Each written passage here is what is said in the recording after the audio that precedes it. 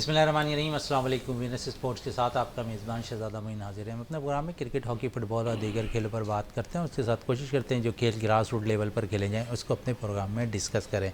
इस वक्त अगर बात करें पाकिस्तान क्रिकेट टीम के हवाले से तो बड़ा ज़बरदस्त उन्होंने अपना कारनामा अंजाम दिया दौरे श्रीलंका के में, और साथ साथ हमने देखा कि पाकिस्तान शाहीन भी इन दिनों बाकायदा तौर पर ऑस्ट्रेलिया पर मौजूद है और वहाँ पर पाकिस्तान शाहीन ने आज पहले मैच में नाकामी के बाद दूसरे मैच में 9 विकेटों से कामयाबी हासिल की। और आज अगर हम देखें तो एक अच्छा दिन है पाकिस्तान शाहीन के लिए, जहां पर उन्होंने जो है मैच में जो है एसीटी को शिकस्त दी। अगर हम बात कर लें दूसरे खेलों के हवाले से तो कराची में बहुत से खेल ऐसे खेले जाते हैं जिसको कोई सरपरस्ती करने वाला नहीं है, लेकिन बहुत से लोग ऐसे भी हैं जो खेलों को फ़रोग देने के लिए अपना किरदार अदा करते हुए दिखाई दे रहे हैं। बहुत से एक सकाफ़ती गेम भी हमारे पास होते हैं, लेकिन उसको भी अब शायद ऐसा लगता है कि नज़र लग गई, उस पर भी कोई नज़रसानी करने वाला मौजूद नहीं है। आज हम बात करेंगे अपने शो के अंदर कबड्डी के खेल के हवाले से, बैडमिंटन के खेल के हवाले से और क्रिकेट के हवाले से ख़ासकर भी अपने शो में बात करेंगे। इस वक्त हमारे साथ मौजूद है, हमारे साथ स्टूडियो में ग़ुलाम यासीन साहब जो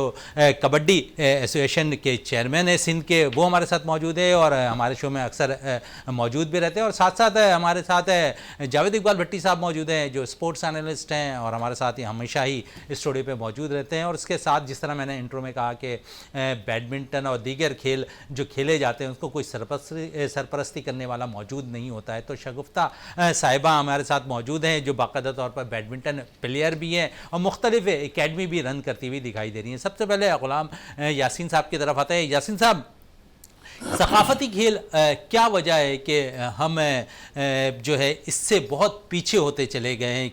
क्या सरपरस्ती हासिल नहीं होती या फिर हमें ऐसा देखते हैं कि हुकूमत ने इस तरफ तवज्जो देना छोड़ दिया है? क्योंकि माजी में हम देखें तो झाड़ा पहलवान, बहुत से ऐसे पहलवान गुजरे हैं, उस तरफ हमारा बहुत ज़्यादा तवज्जो हुआ करता है। हर बच्चा जान लेता था कि यार ये हमारे साथ जो है ये हमारे बॉक्सर हैं, ये हमारे पहलवान हैं, लेकिन अब शायद इन नामों से भी कोई नौजवान नस्ल वाकिफ़ नहीं।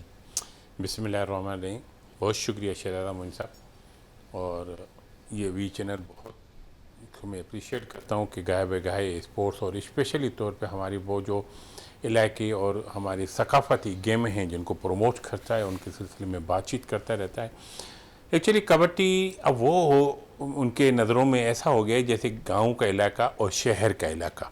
अब ये हमारी सकाफ़त का एक हिस्सा है और हम आबो अजदाद से उस वक्त जब क्रिकेट, फुटबॉल ये चीज़ें नहीं होती थी तो कबड्डी होती थी, तीर अंदाजी होती थी, घोड़सवारी होती थी, शतरंज हुआ करती थी। हम उन गेमों को भूलते जा रहे हैं।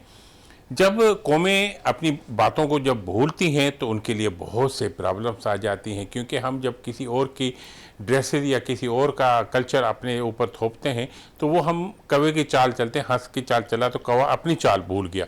तो इसी तरह हम कोशिश कर रहे हैं और इसी चीज़ को मद्देनज़र रखते हुए मिस्टर मोहम्मद असलम खान और अहमद अली राजपूत साहब सेक्रेटरी हमारे ओलंपिक एसोसिएशन ने इस बात को अहमियत दी और ना ज़ोर दे के कहा कि हम कबड्डी को प्रमोट करेंगे। और यही वजह है कि उनके लेटर हेड से हमने गवर्नमेंट ऑफ सिंध को रिक्वेस्ट की कि हमें गवर्नमेंट की जो स्कूल्स और कॉलेज और यूनिवर्सिटीज़ में जिनमें हमें एक्सेस दिया जाए कि हम वहाँ अपने इन खिलाड़ियों को ट्रेनिंग कर सकें और उन बच्चों में ये प्रोग्राम बताएं कि अवेयरनेस दें उनको कि कबड्डी है क्या। और यकीन माने शहज़ादा मोइन साहब कि जिस तरह दूसरी गेम में इंटरेस्टेड होंगे ये उनसे कहीं ज़्यादा इंटरेस्टेड है। और जब क्राउड होता है, जो खिलाड़ी खेल रहा होता है ग्राउंड में और इनकी जब आवाज़ निकलती हैं या कभी इतनी उनको क्लैपिंग मिलती है, इतना उसको आम पब्लिक पसंद करती है, तो इसका मतलब है हम अपनी गेमों को, हम अपनी सकाफती रांदियों को, गेमों को हम भूले नहीं हैं। ठीक है, एक उन पर थोड़ा सा पसमंदा रहा है और हमारी अहमद अली राजपूत साहब के तौसत से हमने सिंध गवर्नमेंट को रिक्वेस्ट की है कि हमें ग्राउंड दिया जाए और परमिशन अलाउ की जाए कॉलेजेस और स्कूलों में कि हम अपने होनहार शागिर्दों को जहां माइंड के मेकअप के लिए, उनके माइंड को क्रिस्टल करने के लिए शतरंज खेलते हैं, तो इसी तरह हमारी कोशिश ये है कि हम अपने नौजवानों को जिस्मानी तौर पे हम इन बच्चों को तरगीब दें, उनको मजबूत करें और वो हमारे लिए कौम का नाम पैदा करें। और ये वक्त दूर नहीं है और आपने देखा है कि हम मुस्तक़बिल माजी में हम इसमें चैम्पियन रह चुके हैं और बहुत से प्रोग्राम, जैसे अभी आपने फरमाया कि झारा परवान, भोलू परवान, ये वो लोग थे जिन्होंने बहुत से लोगों को बाहर, वो जो जर्मनी का था अनोखी को हराया था, कि वो लोग तो हैं ना, क्या हमारे पास टैलेंट नहीं है? टैलेंट अपनी जगह पे मौजूद है, हमारे गांव में, खेत खलियों में वो सारी चीज़ें मौजूद हैं। बिल्कुल मौजूद है, इस पर मजीद भी बात करेंगे। जावेद इकबाल भट्टी साहब मौजूद हैं, तो अब क्रिकेट पे थोड़ी देर बाद बात कर लेते हैं। थोड़ा सा अगर ये मौजू सकाफती चल रहा है तो जावेद साहब क्या कहेंगे? पहलवानी का शौक़ अगर हम देखें तो माजी में जिस किस्म के पहलवानी के मुकाबले हुआ करते थे अब वो ख़त्म हो गए, सकाफती खेल हमारा ख़त्म होता जा रहा है, क्या कहेंगे इस पर? मोइन भाई बहुत शुक्रिया। जैसे यासीन भाई फरमा रहे थे, देखें हमारे जो सकाफती गेम थे वो पता नहीं आस्ते आस्ते हमसे जो है ना बिल्कुल दबते जा रहे हैं। जैसे जैसे ज़माना आगे की तरफ जा रहा है और वो जो गेम थे बिल्कुल गुमनाम हो गए, पता ही नहीं था। लेकिन एक टाइम ऐसा था कि यही गेम पाक व हिंद बर्रे सग़ीर में हम चैम्पियन होते थे। गामा पहलवान से शुरू करें आप, गामा से ले लें, अकरम पहलवान ले लें, भोलू पर बरादरान ले लें, नासिर ले लें, झारा ले लें, हम एक टाइम पे चैम्पियन होते थे। जैसे यासीन साहब ने बात किया अनोखी की, अनोखी जापान से आया था, यहाँ जब आया, यहाँ उसने टैलेंट जब देखा पहलवानी में तो उन्होंने कहा इनको सिर्फ पॉलिश करने की ज़रूरत है। ऐसे प्लेयर पूरी दुनिया में नहीं उसने देखे थे। और यहाँ फिर जब उसने रेसलिंग खेली और फिर उसको अकरम ने हरा भी दिया, और उसके बाद तो उसने तो ऑफर की थी कि अगर नासिर पहलवान को मुझे दे दे, मैं पूरी दुनिया में इससे बड़ा कोई चैंपियन नहीं होगा, मैं इसको चैंपियन बना दूंगा।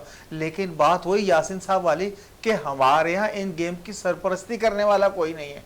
जिस तरीके के अभी कबड्डी की बात हो रही थी, फन पहलवानी की बात हो रही थी, ये मार्शल आर्ट वगैरह, ये सारी जो है ना इसी चीज़ की एक शक्ल है। ये जो आजकल बॉडी बिल्डिंग क्लब बने हुए, ये क्या है? ये भी फन पहलवानी की एक शक्ल है जो अपना वो अखाड़े में करते थे, अब आपने ये जदीद बना दिया, एसी बना दिए, एसी लगा दिए, वो चीज़ें वहाँ प्रोवाइड नहीं है। अब आप दवाओं पे विटामिन खा रहे हैं, ये चीज़ें जब बिल्कुल जेन्युइन चीज़ें तो होती थी, और हमारे पहलवान जो थे वो जेन्युइन ग़िज़ाएं खाकर बनते थे, और मुल्क का नाम पाक और बर्रे सग़ीर का पूरी दुनिया में उन्होंने नाम कमाया जी इस गेम में। बिल्कुल बड़ी ज़बरदस्त बात आपने कही, ख़ासकर ग़िज़ाइयत के हवाले से, ग़िज़ा के हवाले से। शगुफ्ता साहिबा हमारे साथ मौजूद हैं। शगुफ्ता साहिबा, कितना आप इन दोनों की बातों से इत्तफ़ाक़ करती हैं कि हम अपने सकाफ़ती खेल से दूर होते जा रहे हैं?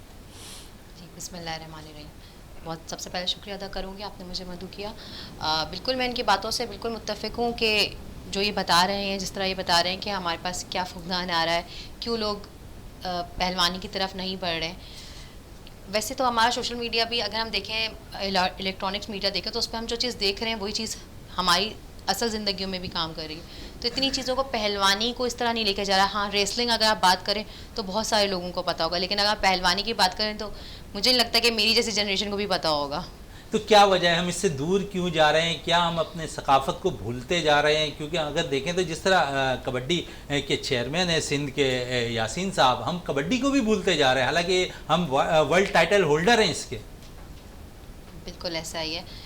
वही बात दोबारा इस पे आ जाएगी कि ग्राउंड्स कम हैं, मौक़े कम हैं, और शहर में जहाँ तक मैंने देखा तो इसके टूर्नामेंट्स मैंने तो होते हुए इतने कोई ज़्यादा देखे नहीं, तो उसी लिए शायद हमारे पास कम निकल के आ रहे हैं शहर से। मे बी शायद देहातों में इसका रुझान ज़्यादा हो। बिल्कुल रुझान ज़्यादा। यासीन साहब, जिस तरह बात हो रही थी ग़िज़ा के हवाले से, अब देखें तो हम बहुत ज़्यादा फ़िटनेस के लिए जो है अद्वियात इस्तेमाल करते हैं, लेकिन माजी में जावेद साहब जिस तरह कह रहे हैं कि हम भरपूर खालिस ग़िज़ा इस्तेमाल किया करते थे। तमाम ही पहलवान जो भी स्पोर्ट्समैन थे वो बहुत ज़्यादा इस तरफ खालिस चीज़ों पर तरजीह दिया करते थे ग़िज़ा के मामले में, लेकिन अब तो बहुत ज़्यादा हम देखते हैं कि मेडिसिन यूज़ करते हैं प्लेयर्स। बिल्कुल सही फरमाया आपने। और ये मेडिसिन कहीं कहीं तो ऐसा होता है कि उनके लिए बहुत से प्रॉब्लम क्रिएट हो जाते हैं कि वो मेडिसिन से उनकी जिस्म तो एक किस्म से सम टाइम के लिए हो जाता है, उसके बाद इनके लिए बहुत प्रॉब्लम होते हैं। आप हमारे उन नौजवानों को देखें जो पुराने दौर में दूध, मछली, गोश्त, ये वो चीज़ें खाते थे जो उनको फ्रेश मिलती थी, और स्टिल मोइन साहब अभी भी हमारे अंदरूनी सिंध में ये चीज़ें हमारे इन कबड्डी के खिलाड़ियों के लिए मौजूद हैं। वो लेते हैं, खाते। कराची एक बिग सिटी है, बहुत बड़ा इंटरनेशनल सिटी है, और हैदराबाद भी है, तो इसमें इन चीज़ों का बड़ा फुकदान है। हमारे जो खिलाड़ी हैं वो यूँ समझें कि जिस तरह कोई किसी रोशनी को ढूंढता है, तो हमारे खिलाड़ी भी अपनी डाइट को ढूंढने के लिए दिन रात कोशां होते हैं। उनको पता चलता है फ़िलां बाड़े से फ़िलां बाड़े से फ़िलां दूध अच्छा मिलता है, उनको पता है फिला गंदम बगैर यूरिया के है, तो वहाँ से वो अपने गंदम ले लेते हैं। मुख्तलिफ इकसाम की जो इनकी इजनास होती है उनको ले लेते हैं, और साथ साथ इनकी कोशिश यही होती है कि उनको अपने आप को फिट रखें, और जो वो चीज़ें हैं जैसे वो बारबेक्यू टाइप है उनसे ये दूर होते हैं, और ये दूध दही मक्खन वगैरह पे बहुत ज़्यादा इनका होता है। और ये हमारे कराची शहर के सराउंडिंग में भी गांव हैं, आज भी आपको वहाँ से अच्छी चीज़ें मिलती हैं, और मुझे फ़ख्र है अपने खिलाड़ियों पे, उन चीज़ों को ढूंढ के लाते हैं और ये यूज़ करते हैं ग़िज़ा।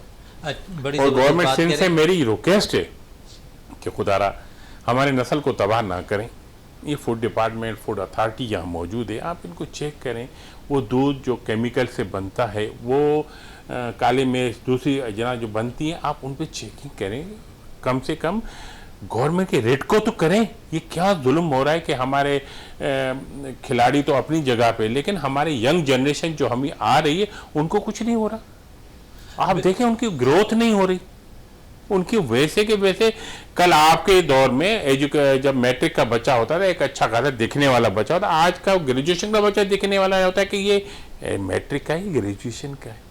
हमारी ग्रोथ रुक गई लेकिन है। गुलाम यासीन साहब, एक चीज़ है कि अद्वियात जिस तरह अब खिलाड़ी यूज़ कर रहे हैं, हम देखते हैं कि जब वो किसी इंटरनेशनल मुकाबले के लिए सेलेक्ट होते हैं, जब ड्रॉप टेस्ट होता है, तो वहाँ पर उनके रिज़ल्ट जो है मनफी आते हैं, तो कितना बुरे असरात जो है मुल्क भर दुनिया भर में जाते हैं हमारे मुल्क का। ये ना सिर्फ उस खिलाड़ी के लिए बायस शर्म की बात होती है और तकलीफ दी होती है, वो हमारे कंट्री के लिए भी होता है, हमारे क्लब के लिए होता है। जैसे जावेद साहब ने अभी फरमाया कि पहले ये अखाड़े होते थे, अब क्लब बन गए, एयर कंडीशन कमरे में हो रहे हैं, वहाँ सीमेंटेड है, सीमेंटेड की जगह उन्होंने प्लास्टिक के वो अपना कारपेट डाले हुए हैं। भाई मट्टी पे खेलो ना, जहाँ मट्टी से कशिश शकल आती है। जो खिलाड़ियों को, जो पहलवानों को, जो कबड्डी के खिलाड़ी को मट्टी की कशिश आती है, उनकी खुशबू आती है, उनको में एक एनर्जेटिक होती है, आप उनको वहाँ खिलाएं। इसीलिए तो हमने जनाब गवर्नमेंट ऑफ सिंध को ओलंपिक के ग्राउंड से रिक्वेस्ट किए कि जनाब हमें ऐसे ग्राउंड दे दी जाए जहां हम अपने खिलाड़ियों को, अपने बच्चों को वहां ट्रेन कर सकें, और मट्टी पे। क्योंकि ये गेम जो है, ये अखाड़े या पहलवानी या कबड्डी, ये वो कच्चे मैदानों की गेमें हैं, पक्के सीमेंटेड की नहीं है, एयर कंडीशन की नहीं है। तो आप उनसे हमें खेलने की, उनको हम आपके तौर से भी उनको रिक्वेस्ट करते हैं, और बार बार हम उनको रिक्वेस्ट कर चुके हैं। पता नहीं क्यों ये हमारे तो यासीन भाई उसका देखें साइड इफ़ेक्ट भी तो आना शुरू हो गए हैं ना, ये जो सप्लीमेंट खाते हैं या जो दवाइयाँ खा रहे हैं। और फिर सबसे बड़ी बात जो हमारी फूड अथॉरिटी है, हम उनसे रिक्वेस्ट करते हैं कि वो जाएँ, कम अज़ कम जो बच्चे वो चीज़ें खा रहे हैं वो तो चेक करें, उनका मेयार तो चेक करें। देखिए हमारे जो पहले फ़न पहलवानी से आते थे, पहलवान आते थे, चाहे वो कबड्डी के हो, रेसलिंग के हो, किसी भी जगह के हो, जब वो आप गाँव से वो खालिश चीज़ें जो खाकर आता था, देसी चीज़ें खाकर आता था, आप उसको देखें वो लॉन्ग टर्म चल रहा था। और अब जो ये विटामिन खा रहे हैं, सप्लीमेंट खा रहे हैं, ये चंद महीनों के लिए होते हैं, ये सिर्फ चमक दमक नजर आती है। जब वो क्लब में एसी लगा, वहाँ एक्सरसाइज कर रहा है, वहाँ अपने पट्टे बना रहा है, वहाँ अपने बेल्ट बना रहा है, तो वो चीज़ें एक बंदा जो थ्रू ग्रॉस लेवल से आया, मट्टी में, बिल्कुल मट्टी में 2-2 3-3 घंटे कसरत कर कर आता है, अब उसको देखें और नए बच्चों को देखें। वही आप वाली बात है, मैट्रिक वाला लगता ही नहीं कि मैट्रिक में पहुंच गया। मकसद ये देसी, और मकसद सीधी सी मिसाल है, ब्रायलर मुर्गी को देख लें जी, वो तो 2 हफ्तों में तैयार हो जाती है और 2 हफ्तों में उसका रिजल्ट आ जाता है। एक देसी मुर्गी जो पूरे साल तैयार होती है, उसका मजा देख लें और उसका मजा देख लें। बिल्कुल, इसी पे मजीद बात करते हैं शगुफ्ता साहिबा से। शगुफ्ता साहिबा, जिस तरह बात हो रही है खासकर खिलाड़ियों के अद्वियात के हवाले से, तो हम देखें तो जिस तरह आप अभी समर कैंप हमने देखा कि उसमें आप स्विमिंग सिखा रही थी खासकर ख़वातीन को, और उसके साथ साथ फुटसॉल खेल को बड़ा आप परवान चढ़ाने में बड़ा किरदार है आपका। तो क्या खिलाड़ी इस तरफ भी अद्वियात इस्तेमाल करते हुए नज़र आ रहे हैं आपको? सर, एक सबसे पहली बात तो ये कि मेरे पास खिलाड़ी नहीं, मेरे पास बिल्कुल छोटे बच्चे हैं, 15 साल तक के भी बच्चे ही कहलाते हैं, बड़े तो नहीं होते वो। लेकिन इनको न्यूट्रिशन की तरफ इनको बताना है, इनको हर चीज़ बताना कि भाई दूध पीना है या अंडा खाना है। और सारी माओं की कंप्लेन, जब आप बच्चे को इस तरह की कोई बात बताने लगते हैं ना, मदर्स आके खड़ी हो जाती हैं कि जी मिस इसको ये भी बोलें, मिस को ये भी बोलें कि ये भी खाए, ये भी खाए, ये भी खाए।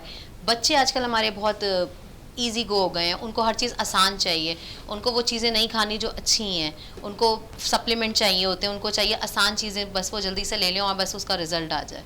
बिल्कुल रिजल्ट आ जाए, लेकिन रिजल्ट आने के लिए यकीनन आप ट्रेनिंग भी दे रही हैं उन बच्चों को, तो कुछ आपको टैलेंट नज़र आ रहा है? बिल्कुल बिल्कुल टैलेंट नज़र आ रहा है। जो बच्चे बात सुनते हैं, जो बच्चे मेहनत करते हैं, बिल्कुल उनमें टैलेंट है और वो सीरियस हैं बहुत ज़्यादा। तो ये देख के बड़ी खुशी होती है जब वो अपने ट्रेनर की बात सुनते हैं और उस पे अमल करते हुए आगे बढ़ते हैं और कुछ सीख के दिखाते हैं, कुछ करके दिखाते हैं, तो हमें सबसे ज़्यादा खुशी होती है क्योंकि हमने मेहनत की होती है उन पे। बिल्कुल मेहनत की भी होती है। गुलाम यासीन साहब, बात हो रही है खासकर खिलाड़ियों को ट्रेन करने की। अगर हम देखें तो कबड्डी के खेल आप उसके एसोसिएशन के जो है सिंध के चेयरमैन हैं, कितना काम आप लोग कबड्डी के लिए कर रहे हैं? क्या ग्राउंड की फैसिलिटीज़ आप लोग को मुहैया है? वेन्यूज़ कम हैं, लेकिन कितना आप लोग काम कर रहे हैं? जनाब, ये वो जज्बा है कि हम अपनी मदद आपके तहत ग्राउंड खुद बनाते हैं। आप यकीन करें, हमारे जो खिलाड़ी हैं खुद अपने हाथों से कुदाल लेके वो रोड को वहाँ ग्राउंड, कच्चे ग्राउंड को पक्का लेवल कर रहे होते हैं। उनके लिए पानी मुयसर नहीं है। हमने उनको लास्ट में वाटर बोर्ड वालों को रिक्वेस्ट की कि मेहरबानी करके कम से कम ग्राउंड में पानी डालें। वो ग्राउंड भी हमारे किसी से मांगे हुए ग्राउंड है। गवर्नमेंट ऑफ सिंध ने कोई ग्राउंड हमें नहीं दिया, कोई अलॉटमेंट नहीं दी कि ये कबड्डी का ग्राउंड है। आप यकीन करें, मैं तौसर से कह रहा हूँ, गवर्नमेंट सिंध को भी ये यकीन दहानी कर रहा हूँ कि आप एक ग्राउंड दे के आप देखें हमारे रिजल्ट, कि हमारे वो खिलाड़ी जिनको शौक है इस मिट्टी की खुशबू के साथ खेलने का, और वो नाम कमा के आपको देंगे, वो खिलाड़ी बन के जाएंगे। आप उनको ग्राउंड तो हमें दें, एक ग्राउंड दे दें, आप ग्राउंड की मेंटेनेंस करें।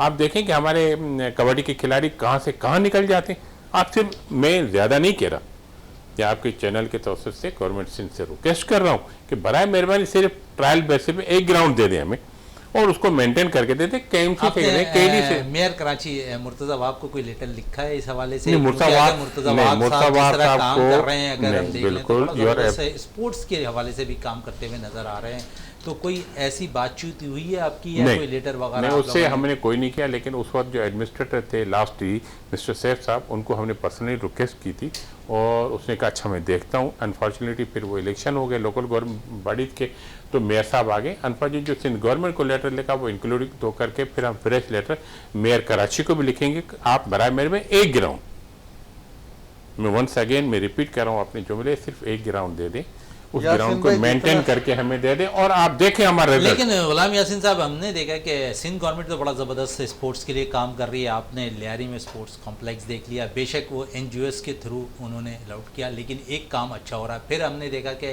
इब्राहिम हैदरी में फुटबॉल ग्राउंड पर काम हुआ है, तो काम तो हो रहा है स्पोर्ट्स के लिए। बिल्कुल, नो डाउट, इसमें कोई शक नहीं है, सिंध गवर्नमेंट बहुत काम कर रही है।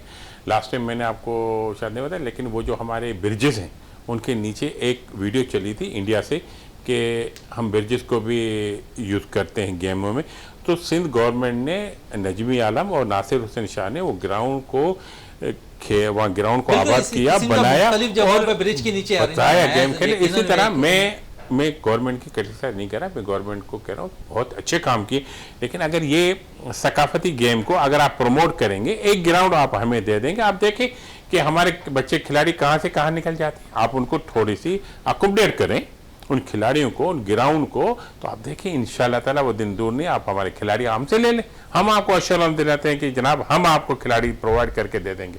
हम यहाँ कराची के माहौल को और अच्छा बनाने के लिए, उसमें रोशनियों के शहर को, खुशियों के, कहकों के दिन, आपने देखा है कि जब इतना बड़ा गेम होती है और यहाँ मैचेस होते हैं, कितनी क्लैपिंग होती है, कितना क्राउड होता है। कबड्डी का खेल अगर हम देख रहे हैं तो कराची में लड़के कम नजर आते हैं, इंटीरियर सिंध के लड़के कुछ ज्यादा नजर आ रहे होते हैं। इस कॉम्बिनेशन को किस तरह आप सेट करते हैं इस टीम के लिए? कराची में भी, कराची के लोकल लोग हमने रखा है, उसमें क्राइटेरिया रखा है कि एक कराची का जो खिलाड़ी है वो सिंध सूबे से उसका शनाख्ती कार्ड होना चाहिए, क्योंकि प्रोविंस लेवल पे हम खेल रहे हैं और वो प्रोविंस दिखाते हैं हमें कि ये सिंध गवर्नमेंट के, सिंध प्रोविंस से उनका शनाख्ती कार्ड बना हुआ है, CNIC है, उसकी एड्रेसेस वहाँ शो ऑफ करती हैं। अंदरूनी सिंध भी हमारे सिंध का एक हिस्सा है, वहाँ से भी खिलाड़ी आते हैं। हम इंटरनली हम उनकी मैचेस भी कराते हैं, कराची की, हैदराबाद, सक्खर, जैसे माका साहब है हमारे जनरल सेक्रेटरी कबड्डी के, वो सक्खर से बिलोंग करते हैं, वो वहाँ से टीम ले आते हैं। यहाँ पे दानिश साहब मौजूद हैं, दानिश गुजर साहब हैं, वो करते हैं। ये सारे मिल मिला के हम करते हैं। हम सिर्फ ये करते हैं कि हम अपनी कबड्डी को हम इस तारीखी गेम को हम प्रमोट करें। बिल्कुल गुलाम यासीन साहब कह रहे हैं कि हम अपनी तारीखी और विरसे वाली जो गेम है कबड्डी और दीगर जो सकाफती खेल हैं उसको परवान चढ़ाने की अपना किरदार अदा करते हुए नज़र ज़रूर आएंगे। इस वक्त ब्रेक के लिए कहा जा रहा है, ब्रेक से वापस आते हैं तो गुफ्तगू को मज़ीद जारी रखते हैं।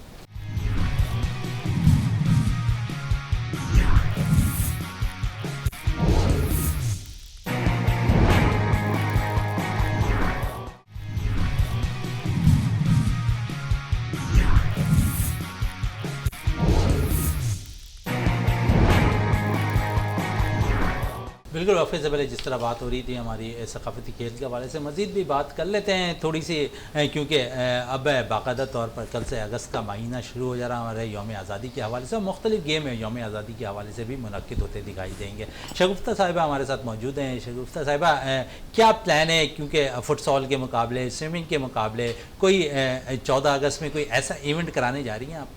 जी हाँ, बिल्कुल हमने प्लान किया है फुटसॉल और स्विमिंग को प्लान किया KMC में। तो उसके अंदर मुख्तलिफ एज कैटेगरीज़ होंगी। फुटसॉल में हम लोग अंडर 12 करवा रहे हैं, जिसमें हम लोग मुख्तलिफ बच्चों को एकेडमीज़ और स्कूल से अप्रोच कर रहे हैं कि वो आएँ और हमारे साथ एक मुकाबले में शिरकत करें। उसके अलावा स्विमिंग जो तकरीबन काफ़ी सालों से हो रहा है, तो उसके अंदर भी हम लोग की मुख्तलिफ एज कैटेगरीज़ होती हैं। उसमें 50 मीटर होता है, मुख्तलिफ स्टाइल्स होते हैं, free style, breast stroke, butterfly वगैरह।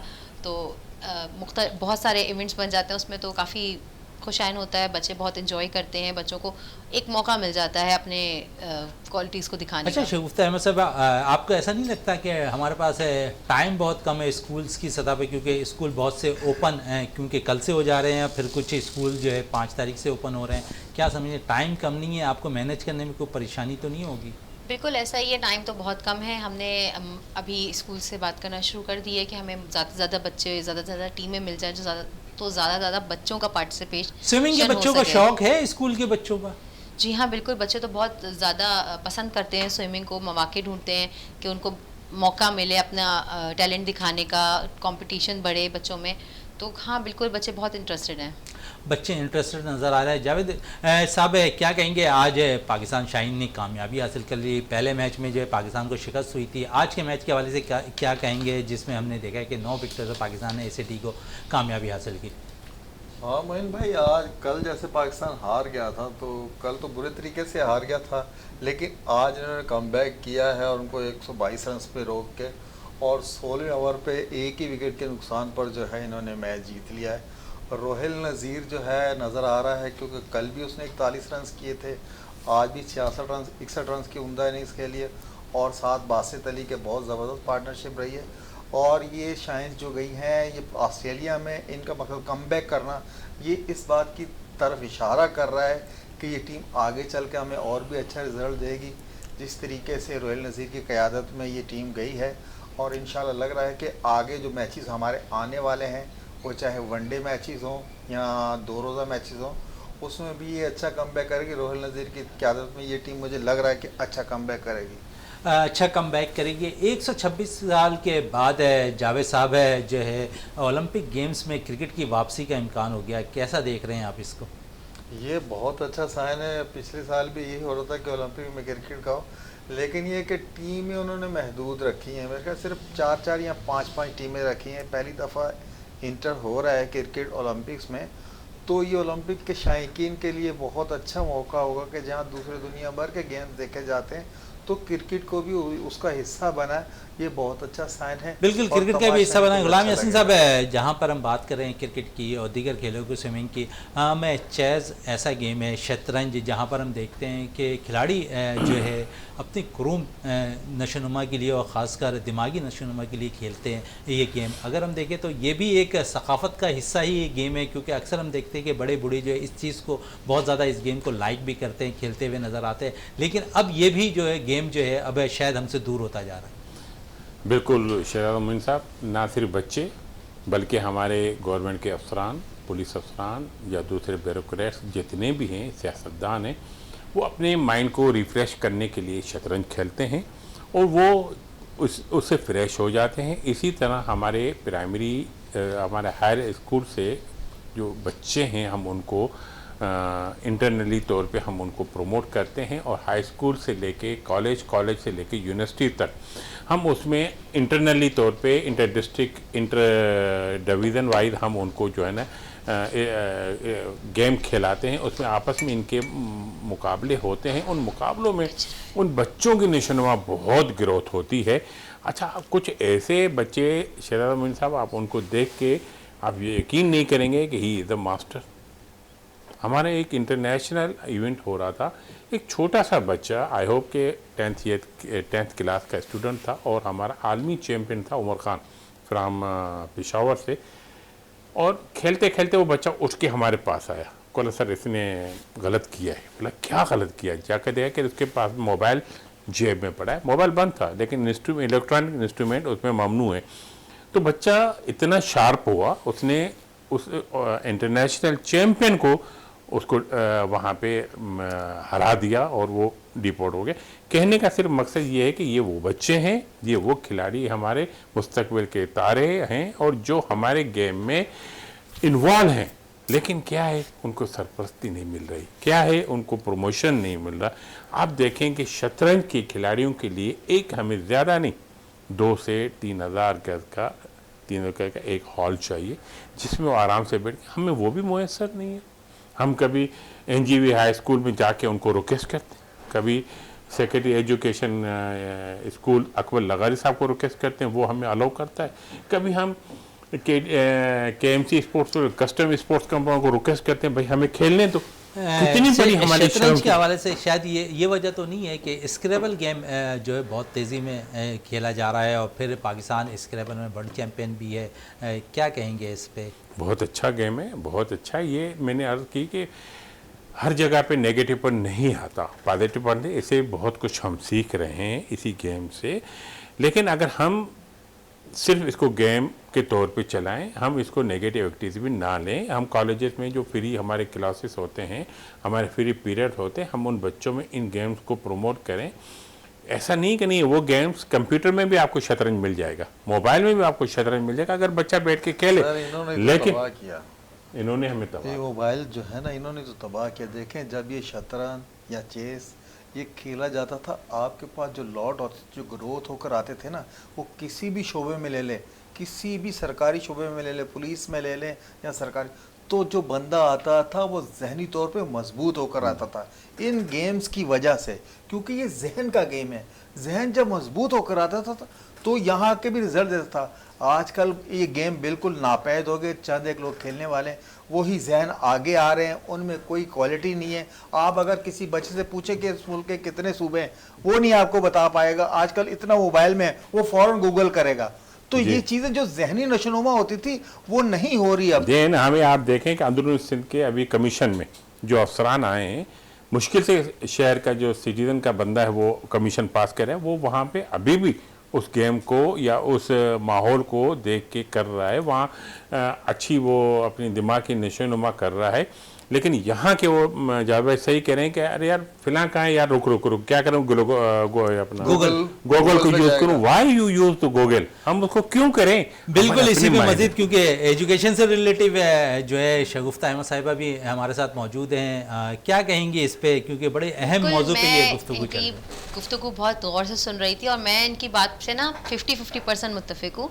ये बच्चे की अप्रोच पे होता है। हम लोग बिल्कुल जिसे कहते हैं आर्टिफिशियल इंटेलिजेंट, जो आजकल बड़ी परवान चढ़ रही है, अगर हम बच्चों से स्क्रीन्स ले लेंगे तो हमारे बच्चे को वो चीज़ पता ही कैसे चलेगी जो आगे दुनिया में हो रही है।